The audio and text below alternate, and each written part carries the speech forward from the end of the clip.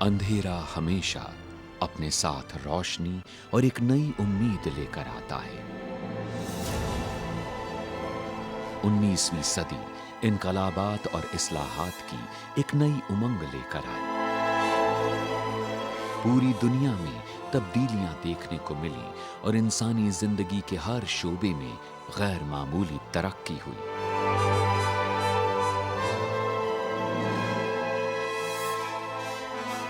ان انقلابات کے زیر اثر کئی عظیم شخصیتیں پیدا ہوئیں جنہوں نے اصلاحات کے ذریعے اپنے سماج اور قوم کو عظیم کامیابیوں سے سرفراز کیا۔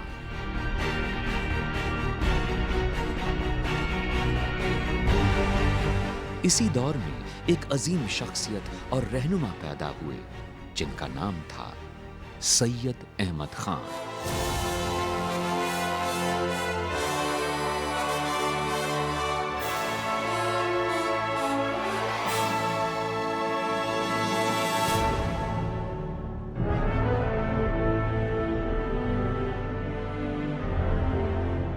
سید احمد خان غلام ہندوستان کے ایک معتبر خاندان میں سن 1817 میں پیدا ہوئے۔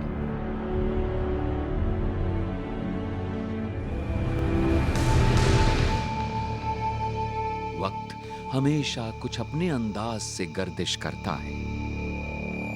انسان کو یہ معلوم نہیں ہوتا کہ وقت اور حالات اسے کب اور کس مقام پر پہنچا دیں۔ 1857 میں سید احمد خان بجنور میں اپنی منصفی کا کام انجام دے رہے تھے۔ اس زمانے میں ہندوؤں اور مسلمانوں نے ایک متحدہ محاذ قائم کیا۔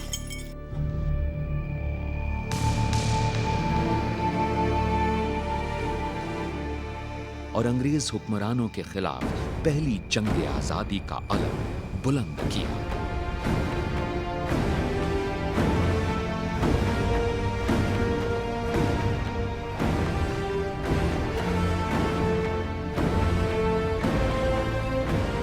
انگریز افسران اپنے بیوی بچوں کو بجنور میں سید احمد کے زیر نگرانی ان کو اپنا ضامن بنا کر دلی کی اور کوچ کر گئے۔ سید احمد نے اپنی جان پر کھیل کر ان کی حفاظت کی، لیکن جلدی ہی انہیں اس بات کا علم ہوا کہ خود ان کے خاندان کے لوگوں کو دلی میں یا تو مار دیا گیا یا پھر وہ لاپتہ ہیں۔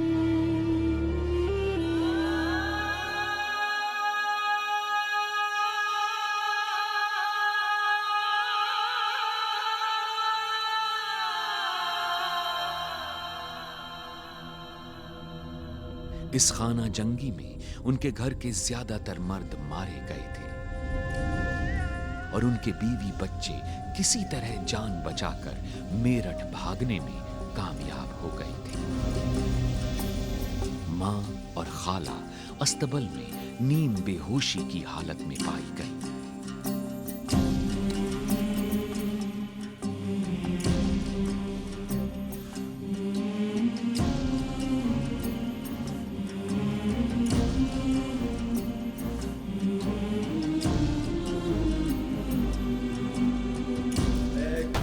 مددگار مدد کرنے کو آؤ، فریاد کو پہنچو۔ اے کل کے مددگار مدد کرنے کو آؤ، فریاد کو پہنچو۔ یا حیدر قرار حرافت سے بچاؤ، فریاد کو پہنچو۔ یا حیدر قرار حرافت سے بچاؤ، فریاد کو پہنچو، فریاد کو پہنچو۔ اس وقت بڑی سخت مصیبت یہ پڑی ہے آپ پہ نظریں۔ اس وقت بڑی سخت مصیبت یہ پڑی ہے آپ پہ نظریں۔ للہ حمایت کرو، آفت سے بچاؤ، فریاد کو پہنچو۔ للہ حمایت کرو، آفت سے بچاؤ، فریاد کو پہنچو، فریاد کو پہنچو. تم نے تو بہت معجزے سب کو ہے دکھائے، قربان تمہارے. تم نے تو بہت معجزے سب کو ہے دکھائے، قربان تمہارے. ایک معجزہ بہر خدا یہ بھی دکھاؤ، فریاد کو پہنچو. ایک معجزہ بہر خدا یہ بھی دکھاؤ، فریاد کو پہنچو، فریاد کو پہنچو. 1857 کا پہلی جنگ آزادی ہوئی اور ظاہر ہے کیونکہ ہندوستانی اس کے لیے تیار نہیں تھے، نہ وہ ان کے پاس اتنے اسلحے تھے کہ وہ انگریزوں کے مقابلے میں جیت سکتے تھے. یہ صرف ایک ڈسینٹ تھا ہندوستانیوں کا انگریزوں کے خلاف. 1857 کے انقلاب کو اگر کوئی انسان بخوبی سمجھ سکا تو وہ سید احمد خان تھے. سید احمد خان آخری مغل بادشاہ بہادر شاہ ظفر کے خاص قریبی لوگوں میں شمار کیے جاتے تھے. انہیں جواد الدولہ عارف جنگ کے خطاب سے نوازا گیا تھا. جب انہیں اس بات کا علم ہوا کہ مغل بادشاہ کے بیٹوں کو بھی سر عام قتل کر دیا گیا اور خود بادشاہ کو جلا وطن کر دیا گیا تو انہیں شدید تکلیف پہنچی. نہ کسی کی آنکھ کا نور ہوں، نہ کسی کے دل کا قرار ہوں، جو کسی کے کام نہ آ سکے. میں وہ ایک مشت غبار ہوں. اور ان کے غم و رنج کا کوئی ٹھکانہ نہ رہا. ان کو اس بات کا غم نہیں تھا کہ ان کا گھر جلایا گیا یا ان کے خاندان کے لوگوں کو شہید کیا گیا، بلکہ انہیں غم اس بات کا تھا کہ میری قوم اور میرے ملک کے ساتھ کیا ہو رہا ہے. انہوں نے سوچا کہ ہجرت کرنا یا کسی کونے میں جا کر چھپ جانے سے بہتر ہے کہ اپنی قوم کے اندر رہ کر ان کے رنج و غم کا حصہ بنوں اور ان کی خدمت کروں.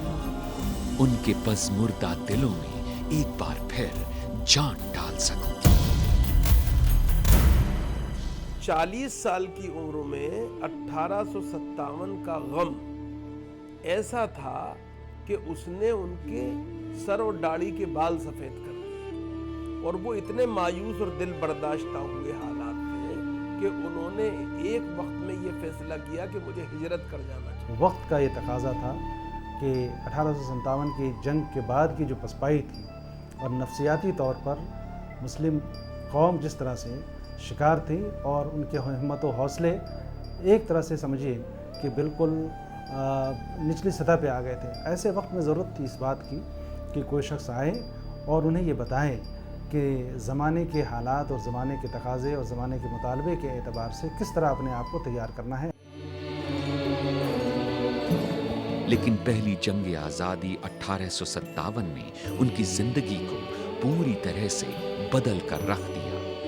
اسی مقصد سے انہوں نے اپنی غیر معمولی تخلیق اسباب بغاوت ہند تحریر کی تاکہ انگریز حکمرانوں کے اندر مسلمانوں کو لے کر جو بدگمانی کی فضا تھی اسے دور کیا جا سکے.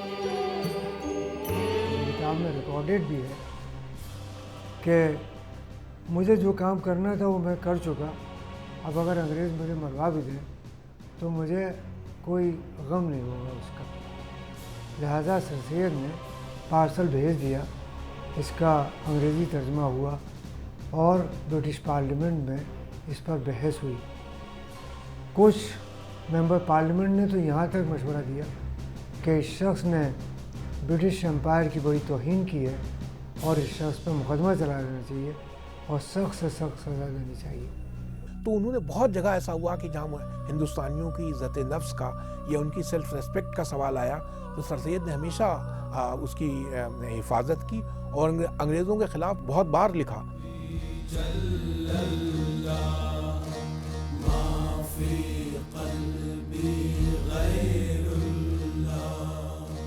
سید احمد خان 17 اکتوبر 1817 کو دلی میں پیدا ہوئے.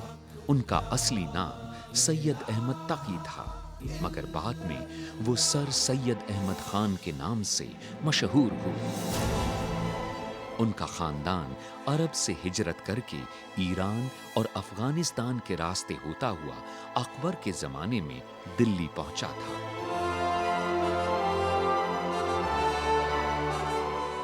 1836 میں سر سید احمد خان رشتہ ازدواج میں بندھ گئے.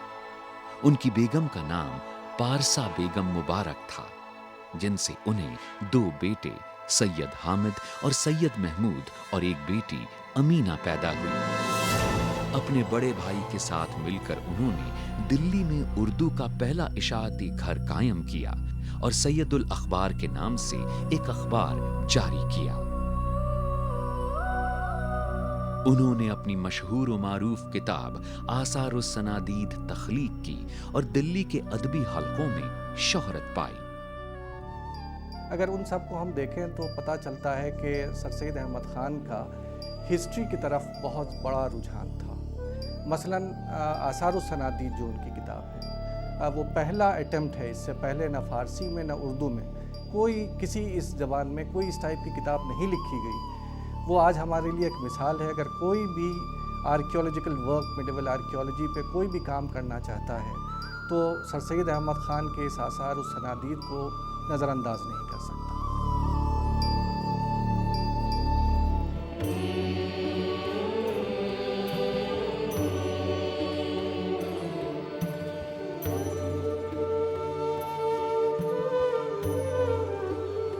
سر سید کی سوچ میں ایک غیر معمولی تبدیلی اس وقت پیش آئی جب ابو الفضل کی کتاب آئین اکبری کو دوبارہ ایڈٹ کرنے کے بعد پیش لفظ لکھوانے کے لیے اس وقت کے مشہور شاعر اور دانشور غالب کے پاس پہنچے اور انہوں نے غالب سے عرض کیا کہ میں نے آپ کے مشورے پر شاعری ترک کر کے نثر سے رشتہ جوڑ لیا ہے.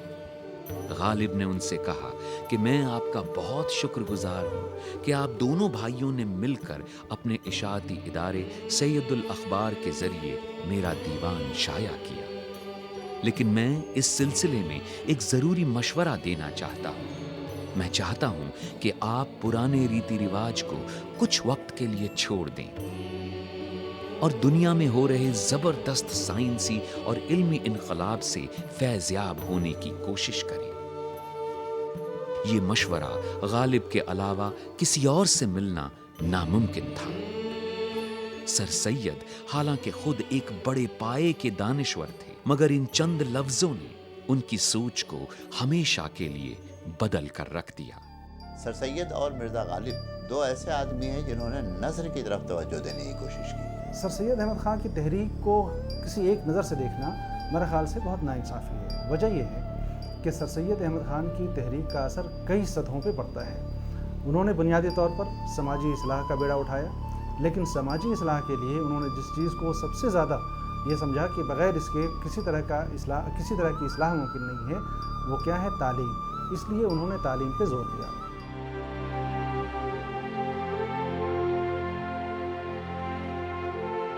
اسی مقصد کے پیش نظر مراد آباد اور غازی پور میں اسکول اور کالج قائم کیے.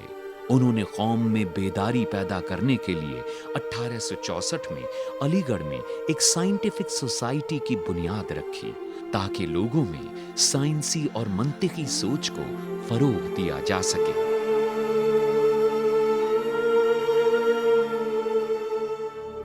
دوسرا ایک بڑا کارنامہ یہ انجام دیا، سائنس کے موضوعات کو انہوں نے اردو میں پیش کرنے کی یا ترجمہ کرنے کی کوشش کی.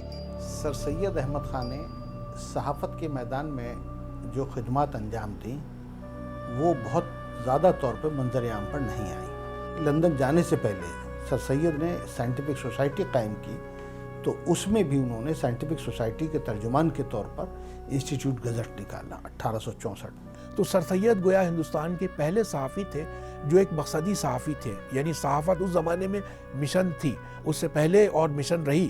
سر سید نے اس کو یہ بتایا کہ ڈیولپمنٹ بھی، یعنی کیا آپ نے حاصل کیا ہے اور کیا نہیں حاصل کیا ہے، دونوں چیزیں خبر میں استعمال ہو سکتی ہیں۔ اپنے بیٹوں سید حامد اور سید محمود کے ساتھ انہوں نے 1869 میں لندن کا سفر کیا، جہاں دنیا کی 2 عظیم یونیورسٹیوں کو دیکھنے کے ساتھ ساتھ وہاں کی طرز تعلیم اور علم و ادب کے دوسرے شعبوں کا انہوں نے گہرائی سے مطالعہ کیا۔ پورا یورپ ان دنوں انڈسٹریل ریولوشن کے زیر اثر ایک نئی کروٹ لے رہا تھا۔ وہ وہاں 2.25 سال تک مقیم رہے۔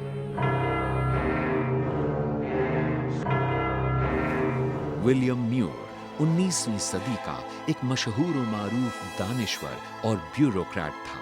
اس نے ایک کتاب لکھی جس کا نام تھا لائف آف محمد، لیکن اس کتاب میں پیغمبر محمد کی زندگی کا جس طرح سے خاکہ کھینچا گیا تھا، اس کو لے کر اسلامی دنیا میں اور خاص طور پر ہندوستان کے مسلم دانشوروں میں شدید رد عمل دیکھنے کو ملا، مگر زیادہ تر لوگ اس کتاب کا معقول جواب دینے کے قابل نہ تھے۔ لہٰذا اس کام کا بیڑا اٹھایا سر سید احمد خان نے۔ انہوں نے لندن میں رہ کر اس کتاب کے جواب میں ایک مضمون لکھا، جس سے دنیا کے سامنے اس بات کو واضح کیا جا سکا کہ ولیم میور کتنا متعصب ذہن تھا۔ پوری مغربی دنیا کے سامنے اسے ان حرکتوں کے لیے شرمندہ ہونا پڑا۔ لائف آف محمد کا انہوں نے جواب دیا خطبات احمدیہ کی صورت، جس میں انہوں نے اپنے گھر کے برتن اور چیزیں جو تھیں وہ بکوا دی، قرضے لیے۔ اس کتاب کو اردو میں بھی لکھا اور بعد میں اس کا انگریزی میں ترجمہ کرا کر انگریزی میں اسے شائع کرایا۔ سر سید کا یہ ذہن رسول اکرم صلی اللہ علیہ وسلم کی شخصیت کے ذریعے بنا تھا، اور حضرت کی مخالفتیں کی تو انہوں نے اپنے دشمنوں سے بھی انتقام نہیں لیا اور نہایت خاموشی کے ساتھ اس کا جواب دیا۔ سر سید نے اس کے جواب میں کوئی ایجیٹیشن، کوئی ہنگامہ اور کسی قسم کے جلسے جلوس کا اہتمام نہیں کیا، بلکہ نہایت خاموشی کے ساتھ انہوں نے اس کا جواب دینے کی کوشش کی، اور اس کے مواد کے لیے انہیں انگلستان تک سفر کرنا پڑا۔ ان کا سارا زور تعلیم پر تھا۔ تعلیمی نظام پر تحقیق اور اصلاحات ہی ان کی زندگی کا اہم مقصد بن گیا تھا۔ انگلستان سے لوٹنے کے بعد 1877 میں انہوں نے محمدن اینگلو اورینٹل کالج کی علی گڑھ میں بنیاد رکھی۔ اس سمے دیش میں مسلم سمدائے کی شکشا کا سنکلپ کرنا ہی دیش کو آگے بڑھانا تھا۔ مسلمانوں نے بائیکاٹ کر دی تھی انگریزی تعلیم، ان کو گھیر کے اس مقام پہ لائے کہ پہلے تعلیم حاصل کرو، سوچو کہ کس لیے انسان پیدا ہوا ہے، کیوں اس کو قرآن میں اشرف المخلوقات کہا ہے، کس لیے اللہ نے اتنی چیزیں اس پہ نربھر کی ہیں، کیوں آخر۔ جب تک وہ تم نہیں سمجھو گے تب تک تم نہ انسان بن سکو گے، نہ آگے کوئی ترقی کر سکو گے۔ ہم اس کو سمجھانے کے لیے آپ کو ہر طرح کی تعلیم کی ضرورت تھی۔ کالج کا قیام کوئی آسان کام نہیں تھا۔ انہیں مالی مدد اور شخصی طور پر مدد کرنے میں کئی عظیم ہندو شخصیات پیش تھیں۔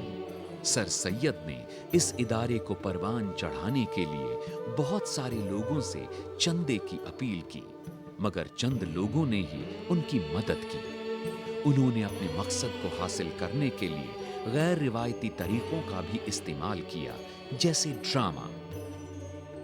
خوشبو والے، چاہت والے اور محبت والے ہیں سر سید کے اس گلشن کے سارے پھول نرالے ہیں۔ سر سید نے اخبار میں لکھا کہ جب وہ پبلک سروس کمیشن کی میٹنگ ہوئی تو انہوں نے یعنی نہ صرف ہندوستانیوں کے لیے اور ہندو و مسلمانوں کے لیے یکساں کوشش کی، بلکہ یہ بھی بتایا کہ صاحب انہوں نے کہا، وہاں یہ ڈیمانڈ رکھی کہ ICS کا امتحان جو ہے وہ انگلستان کی جگہ دہلی میں ہونا چاہیے. اور دوسری بات، ہندوستانی چونکہ تعلیم بہت دیر میں شروع کرتے ہیں تو عمر جو ہے داخلے کی عمر 21 سال سے بڑھا کر 23 سال کی جائے.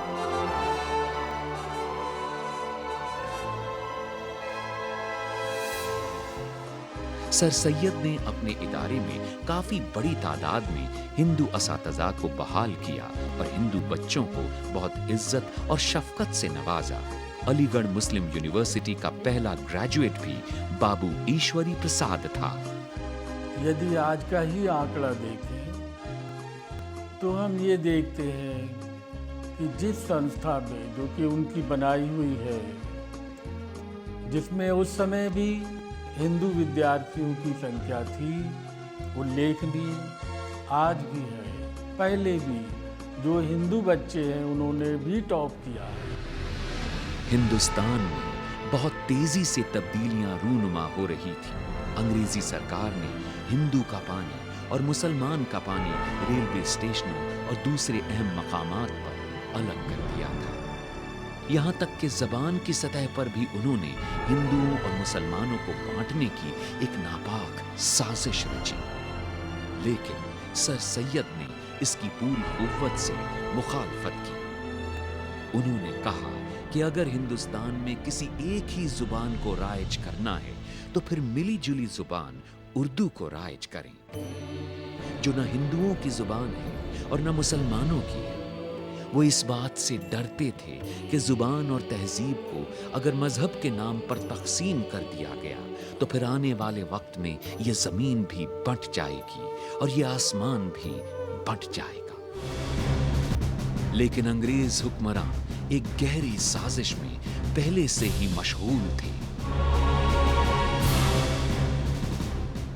جو پاپولر چیزیں یہ مانی جاتی ہیں کہ انہوں نے پاکستان کے نرمان میں یوگدان دیا یا دوی راشٹریہ تھیوری دی، یہ انیتہاسک ہے، ان ہسٹوریکل، ان فاؤنڈیڈ ہے.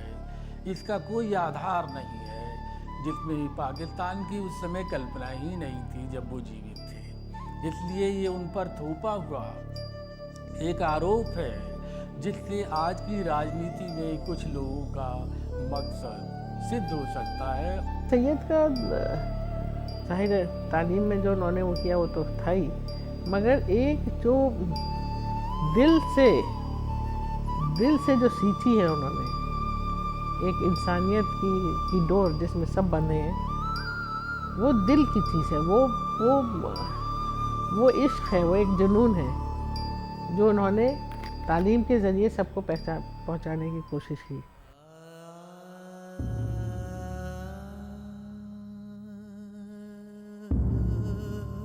دنیا میں بھلا کب کسے دوام حاصل رہا ہے. سر سید بھی 27 مارچ 1898 کو اس دنیا سے رخصت ہو گئے.